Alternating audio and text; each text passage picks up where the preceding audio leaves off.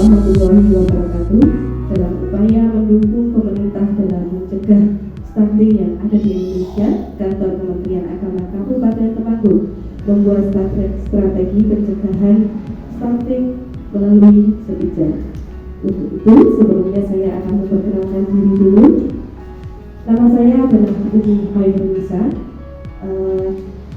Alamat saya adalah di Campur Sari, Bulu, Temanggung. Kemudian saya bekerja di KUA Kecamatan Bulu, Kabupaten Temanggung sebagai penyuluh agama non-PNS. Kantor Urusan Agama Kecamatan Bulu berperan aktif dalam mencegah stunting melalui cegah pernikahan anak. Nah, untuk itu penyuluh agama sebagai garda terdepan dalam mensosialisasikan cegah stunting melalui kegiatan yang ada di masyarakat. Selanjutnya, stunting yaitu permasalahan gizi kronis akibat kurangnya asupan gizi dalam jangka waktu panjang sehingga mengakibatkan terganggunya pertumbuhan. Kemudian di sini stunting pun juga sangat berkaitan dengan pernikahan anak, yaitu pernikahan yang dilaksanakan di bawah usia 19 tahun.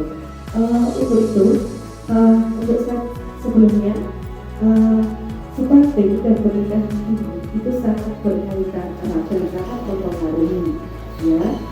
Kemudian untuk selanjutnya kita melihat bahwasanya ada yang sumber data dari KUA Kecamatan Bulu bahwa pernikahan itu di masing-masing desa sudah saya buatkan grafik ya, dan ini data yang di sini adalah data dari strategi Kecamatan Bulu yang bersumber dari Dinas Kesehatan. Nah, bisa digambarkan di sini bahwasanya dari masing-masing desa ini grafik contoh desa Garurejo itu mempunyai grafik sampai 10 untuk pernikahan anaknya, dan kita lihat di data stunting juga bahwa desa Garurejo itu juga memiliki pantauan di angka yang sangat besar, yaitu angka 35 dari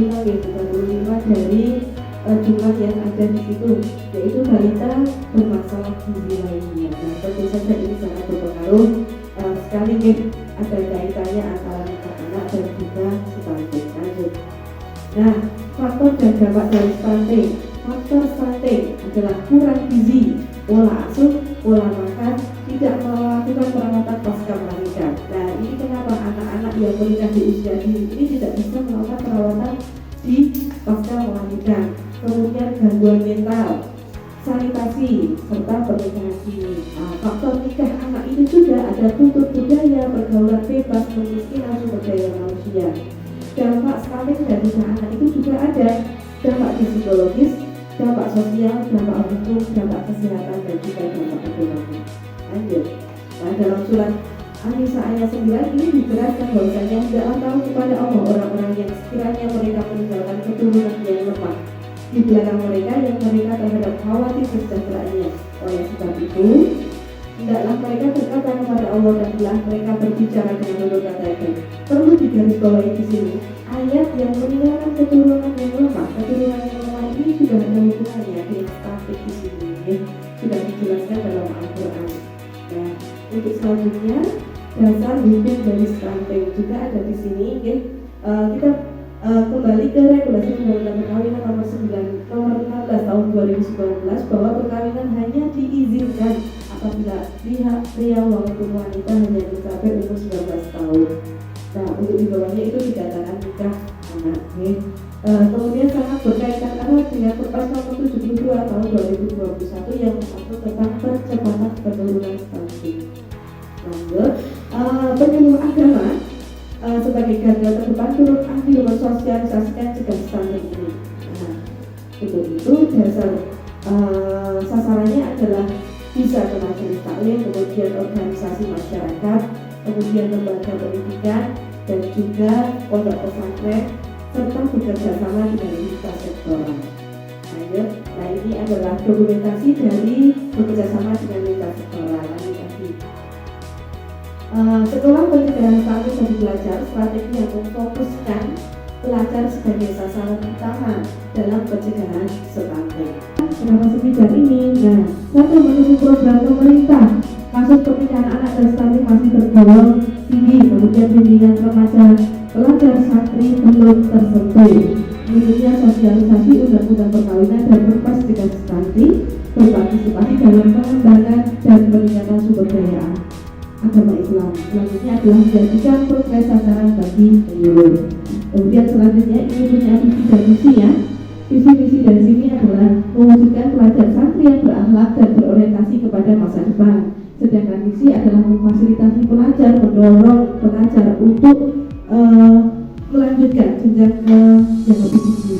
Selanjutnya ini ada apa dengan Sepijar? Satu, menekan tingginya angka nikah anak dan juga stunting, mengarahkan pelajar kemudian mendampingi pelajar untuk ke hal-hal yang positif, menciptakan budaya melanjutkan pendidikan ke yang lebih tinggi. Kemudian kegiatan Sepijar ini juga menghemat dana. Kenapa menghemat dana? Lanjut. Nah, kenapa menghemat anggaran kita? Karena Sepijar hemat biaya, kita jemput bola, kemudian kita bekerja sama juga dengan lintas sektoral, kemudian pendataan bisa melalui aplikasi digital, kemudian peserta tidak terbatas, dan juga penyuluh memfasilitasi pembelajaran. Jadi kita datang ke sekolah-sekolahan. Nah, untuk kegiatan Sepijar ini bisa kita akses di link Sepijar, guys. Semuanya kita akses di sini. Ada konsultasi tentang pelajar juga. Jadinya pantauan terhadap sekolah-sekolah maupun teman-teman pelajar itu bisa kita akses lewat aplikasi di Sepijar. Nah, untuk itu kita harus memenuhi hak anak, hak hidup, hak tumbuh kembang, hak perlindungan, hak partisipasi.